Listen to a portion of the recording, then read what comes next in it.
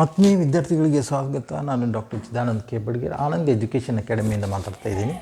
ನಾವು 8ನೇ ತರಗತಿ, 9ನೇ ತರಗತಿ, 10ನೇ ತರಗತಿ ಮತ್ತು PUC ಪ್ರಥಮ ವರ್ಷ ಮತ್ತು ದ್ವಿತೀಯ ವರ್ಷದ ವಿದ್ಯಾರ್ಥಿಗಳಿಗೆ ಕನ್ನಡದಿಂದ ಸುಲಭವಾಗಿ ಇಂಗ್ಲೀಷ್ ವ್ಯಾಕರಣವನ್ನು ಕಲಿಯೋದ್ರ ಬಗ್ಗೆ ವಿಡಿಯೋಗಳನ್ನು ಮಾಡ್ತಾ ಇದ್ದೀವಿ.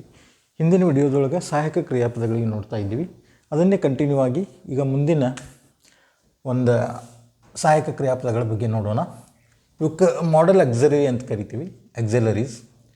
ಇಲ್ಲೇ ಪ್ರೆಸೆಂಟ್ ಟೆನ್ಸ್ದೊಳಗೆ ಮತ್ತು ಪಾಸ್ಟ್ ಟೆನ್ಸ್ದೊಳಗೆ ಪಾಸಿಟಿವ್ ಸೆಂಟೆನ್ಸಸ್ ಇದ್ದಾಗ, ನೆಗೆಟಿವ್ ಇದ್ದಾಗ ಯಾವ ರೀತಿ ಪ್ರೆಸೆಂಟ್ ಟೆನ್ಸ್ದೊಳಗೆ ಮತ್ತು ಪಾಸ್ಟ್ ಟೆನ್ಸ್ದೊಳಗೆ ಯೂಸ್ ಆಗ್ತಾವೆ ಅನ್ನೋದು ನೋಡೋಣ. ಇಲ್ಲಿ ಶಾಲ್ ಪ್ರೆಸೆಂಟ್ ಟೆನ್ಸ್ದೊಳಗೆ, ಪಾಸ್ಟ್ ಟೆನ್ಸ್ದೊಳಗೆ ಶುಡ್ ಅಂತ ಆಗ್ತದೆ. ಆಮೇಲೆ ನೆಗೆಟಿವ್ದೊಳಗೆ ಪ್ರೆಸೆಂಟ್ ಟೆನ್ಸ್ದೊಳಗೆ ಶಾಲ್ ನಾಟ್ ಅಂತ ಆಗ್ತದೆ, ಪಾಸ್ಟ್ ಟೆನ್ಸ್ದೊಳಗೆ ಶುಡ್ ನಾಟ್ ಅಂತ ಆಗ್ತದೆ. ಅದೇ ರೀತಿ ವಿಲ್ ಪ್ರೆಸೆಂಟ್ ಟೆನ್ಸ್ದೊಳಗೆ ಪಾಸಿಟಿವ್ ಸೆಂಟೆನ್ಸಸ್ದೊಳಗೆ, ಆಮೇಲೆ ಪಾಸ್ಟ್ ಟೆನ್ಸ್ದೊಳಗೆ ವುಡ್ ಆಗ್ತದೆ.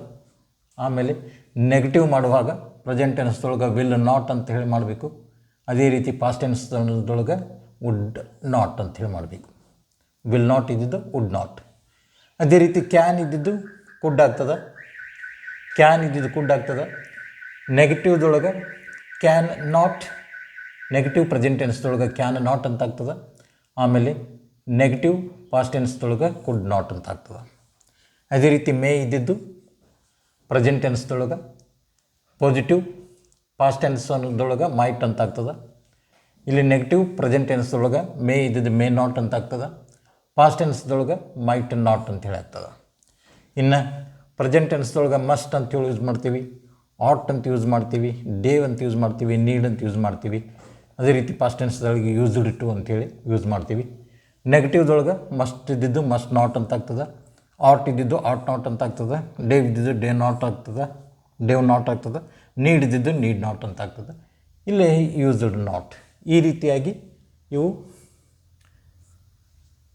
ಪ್ರೆಸೆಂಟ್ ಟೆನ್ಸ್ ಮತ್ತು ಪಾಸ್ಟ್ ಟೆನ್ಸ್ದೊಳಗೆ ನಾವು ಯಾವ ರೀತಿ ಶಾಲ್ ಮತ್ತು ಅಂದರೆ ಫ್ಯೂಚರ್ ಪ್ರೆಸೆಂಟ್ ಟೆನ್ಸ್ದೊಳಗೆ, ಫ್ಯೂಚರ್ ಸಿಂಪಲ್ ಫ್ಯೂಚರ್ದೊಳಗೆ ನಾವು ಶಾಲ್ ಮತ್ತು ವಿಲ್ಲನ್ನು ಯೂಸ್ ಮಾಡ್ತೀವಿ.